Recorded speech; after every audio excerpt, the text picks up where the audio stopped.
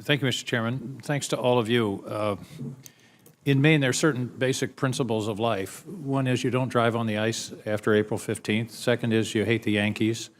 And third is, if it ain't broke, don't fix it. My impression is you all are doing a good job. We are getting the data that we need. We're getting the support from the Air Force. We're working together with the NRO and other agencies.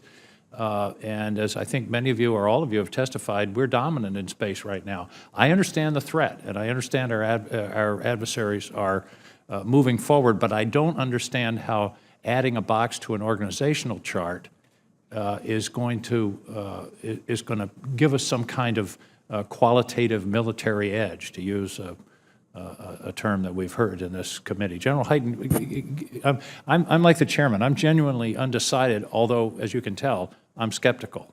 I don't think it's broken. I think you're doing a good job. Why are we going to fix it? So, Senator, I think we have been doing a good job. But we've been doing a good job in an environment where space has not been contested.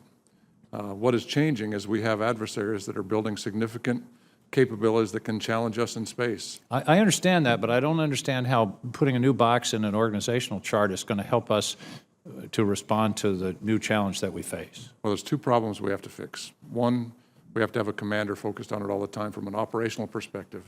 That's the Space Command issue we're talking about. And I agree. I think that's the answer, frankly. And the second piece, Senator, is we have to have somebody in the Pentagon that focuses their total attention on space all the time. I've known every Chief of Staff of the Air Force for the last 20 or 30 years, and they've all carried space effectively into the tank. They've all cared about space. But it is a secondary issue, and as they've cared about space in the tank, the Pentagon has built a structure around them with dozens and dozens of people and organizations that are all in charge of space in many ways. I had one Chief of Staff tell me, well, I won't share the exact words that he told me, but it was very difficult to walk around the Pentagon and not bump into somebody who said they were in charge of space. So the goal is to put one person in charge of space, a four-star Chief of Staff that thought about it every time. I understand that too, but one of the problems with this proposal is it doesn't put one person in charge of space, because we've got NRO, we've got NASA, we've got the private sector, which is very active in space. And by the way, I'm not suggesting that NRO and those other agencies, NGA, should be absorbed into this. That's the last thing I want to propose. But again, if the argument is we need a centralized authority, we don't have it here. And the other piece that I don't understand is we talk about a space force. That implies people. Nobody's going to go up and fight in space. We're not talking about soldiers here. We're talking about acquisition, design, and placement of hardware. And that's an important function, but I just don't understand why this has to be in a particular special box. I think Space Command makes sense. I understand that.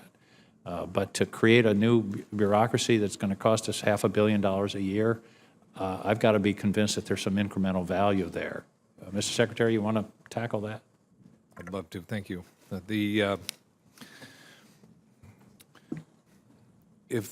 If the environment were going to be the same as it is today going forward, I'd say don't fix it. I've studied this problem for 18 months, so it's not as though someone passed me a report. I've spent a lot of time on this subject, and the focus has been what is changing, and do we have the capacity and the ability to make that change? And when I break the problem down, the first is how do we set up Space Command so we have operations that now can compete in a contested environment? So that was, one problem, and you need a dedicated leader whose attention is that. But isn't that the combatant commander of the Space Command? Correct. So that's one. Then the second piece, and this is where I think you were headed, is why does that new box called the Space Force create a lot of value? There's two major changes that we have to get after. One is, how do we professionalize the generation of this cadre of space specialists?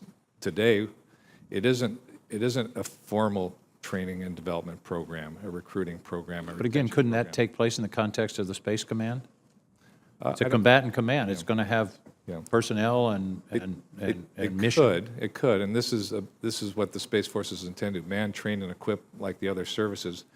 The equipping part is the other major component here. So as we look to modernize across the department, and this is an area where the department has struggled over time, and this is the most significant modernization in 30 years. Do we have the bandwidth and capacity, the focus, and the accountability to drive that? And that's what this really gets after, so that when we do modernize, we execute to the schedule, we execute to the budget, but more importantly, we deliver the technical capability at a department whole, not by service. I appreciate that. Thank you. Thank you all. Thank you for your testimony. Thank you, Mr. Chairman. Thank you, Senator King.